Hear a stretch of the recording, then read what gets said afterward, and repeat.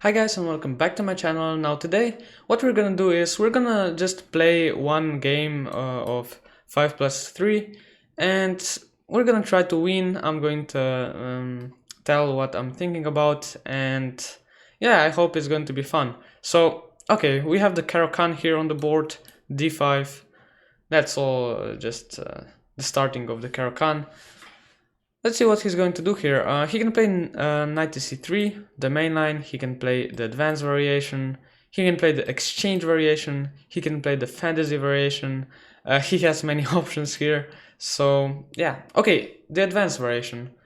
Many people call it as the most challenging variation against the Caro Kann, and most people here play bishop to f5, just getting their bishop outside the pawn chain. So yeah, that's the main move. But here I play c5, which looks a bit risky, just giving up a pawn like that, but it's actually playable. Okay, this move, I don't actually like this move. He has to take, of course. He has to accept the challenge. If he plays c3, we actually get sort of a French defense. But I managed to get my bishop outside the pawn chain, which is very nice. So yeah, and after knight to c6, a normal developing move, I'm just going to get my bishop out. And okay, if he plays knight f3, I just play my bishop here on g4. And the problem of the French defense is that you're stuck here with your bishop inside the pawn chain after e6. But now my bishop is going to make it out. So, okay, f4. Well, this is an interesting move, but okay, let's just play a bishop to f5, getting our bishop out. It's an interesting move, but it can also be a bit risky for white, playing like this. Okay, let's just exchange our bishop for his very good bishop. If he wants to do it, then okay, that's very nice. And now we're gonna keep the tension here in the center. I mean, he can take if he wants at any time. We're going to play e6 and then just capture the pawn back. So yeah, e6 is the move here, probably. And yeah, what we're gonna do here is we're gonna try to put some pressure here on this d4 pawn, which is the main idea of the French defense. So now I'm thinking about the move knight e7. Also, queen here to b6 is a reasonable move, which I'm probably going to play. Yeah, let's play queen to b6, putting pressure on this d4 pawn and also on this b2 pawn. Now, our idea is to just break his pawn structure here, of course, and make it weak. So we want to put pressure here on these pawns. And our plan now is going to be to play just knight e7 and knight f5, putting more pressure on this d4 pawn and just trying to make something out of it. So yeah, this looks like a very reasonable position for me. I sometimes get crushed after moves like f5 and something like this, but I mean, it should all be fine. So now I think I'm going to take, or not yet, because now he doesn't have an option of playing knight to c3. But if I take and he recaptures, he can play knight to c3, because this pawn on c3 is no longer there. And now after this move, he also gives me ideas of a5, a4, which are also typical. So just if you're wondering why a5, a4, I want to create him some weaknesses here so I can attack them. But okay, now I think just knight to e7 should be reasonable, going for this f5 square. And if he ever plays g4 like he did here, I think that this is actually pretty bad, because I can play something like h5 and I'm not going to castle kingside. His king is going to be pretty weak here in the center. So I think this was a pretty bad move by him. Just h5 right away, maybe. Let's just play h5 right away. Trying to activate our rook, and you know, if he advances his pawns like that, he's leaving some weak squares behind, and this probably can't be very good for him. So I think this position is a pretty nice one for us. If he plays h3, I just take. He can't recapture because his rook hangs. So yeah, pretty interesting position. And when we exchange the pawns here, I can again play knight f5, and this is going to be a very nice outpost because he no longer has the option of attacking me.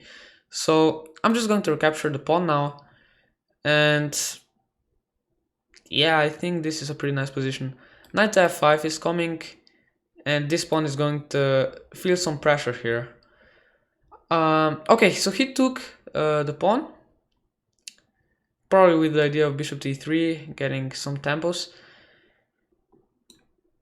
Maybe that's nice because he gets a tempo move, but still, this pawn here is going to be pretty weak. This square is pretty weak.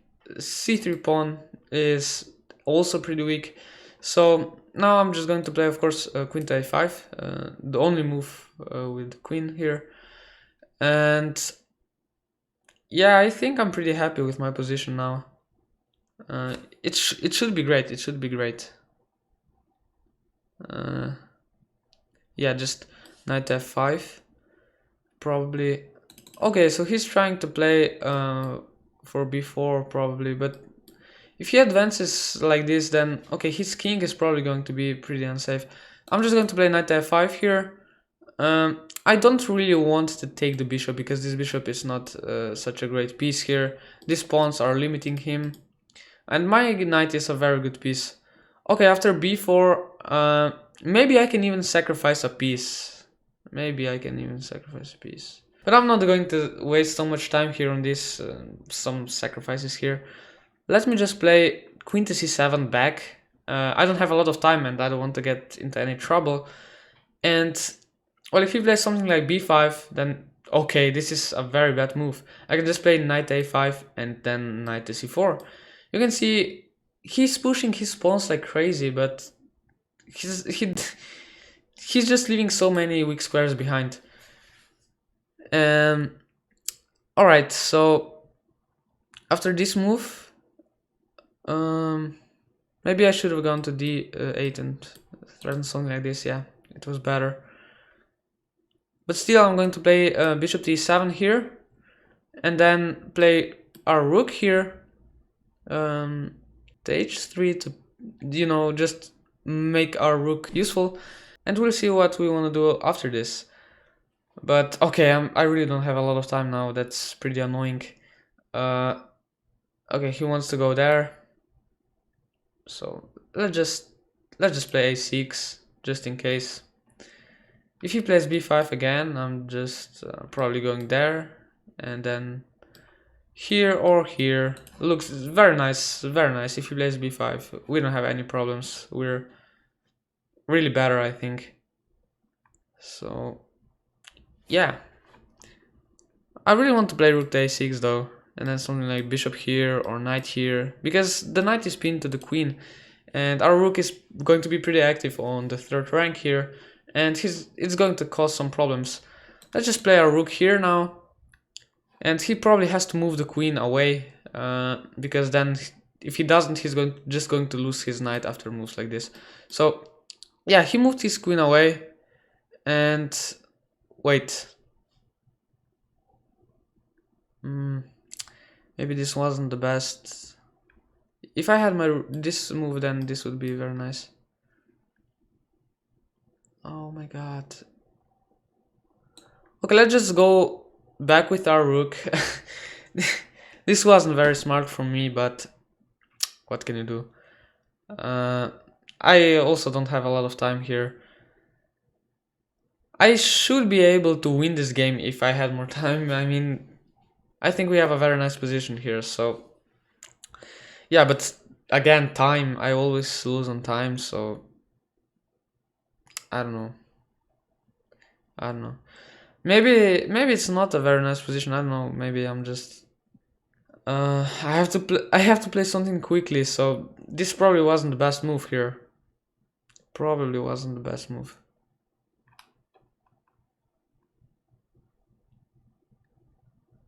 Okay, let's just go to a5, and then here, you know, to this c4 square.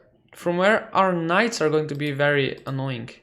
Okay, so if he plays like this, well, yeah, obviously he wants to exchange the knights. Let me just play this move. So if he takes, we can take like this. And a file has opened, and I think this favors me. But again, I think I screw it up because my king here on d7 is not the safest, I think. Okay, his knight comes there. I'm just going to jump here with my knight. This seems alright. Seems the right thing to do. Let's take this with our rook here. Also pressure this pawn.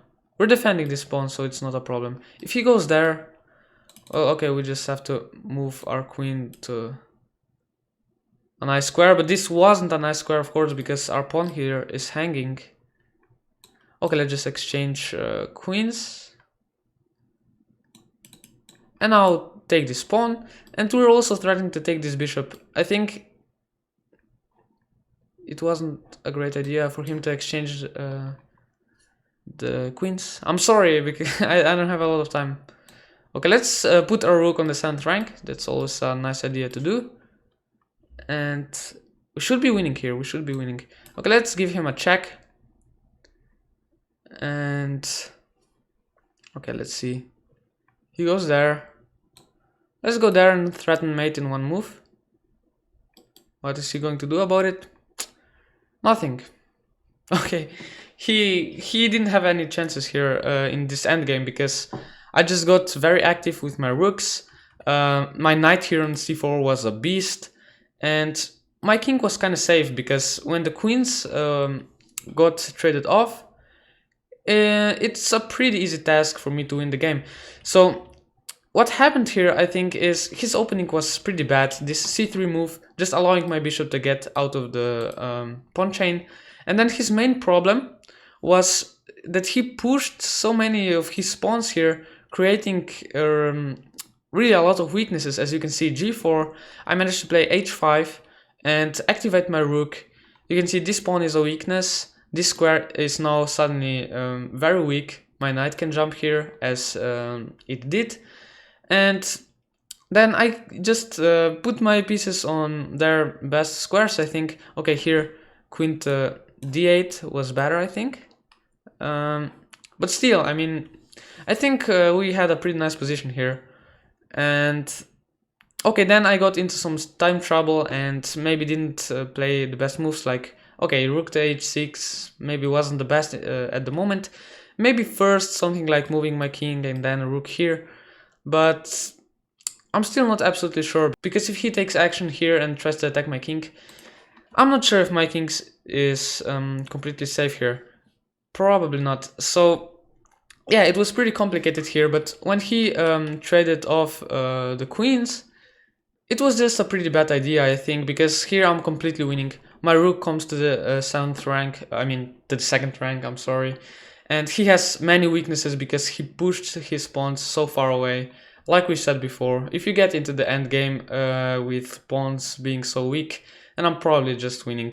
And my pieces were so active, I managed to go to the 2nd rank also with my other rook, and then it was just over. I'm mating threat in one, and so yeah, it was a very nice game, I think. A pretty nice example of what happens if you push too many of your pawns too quickly and you just leave some weak squares behind. So I hope you guys liked today's video, today's game. I hope you learned something from it. And if you did, please share it, and I'll see you in the next video.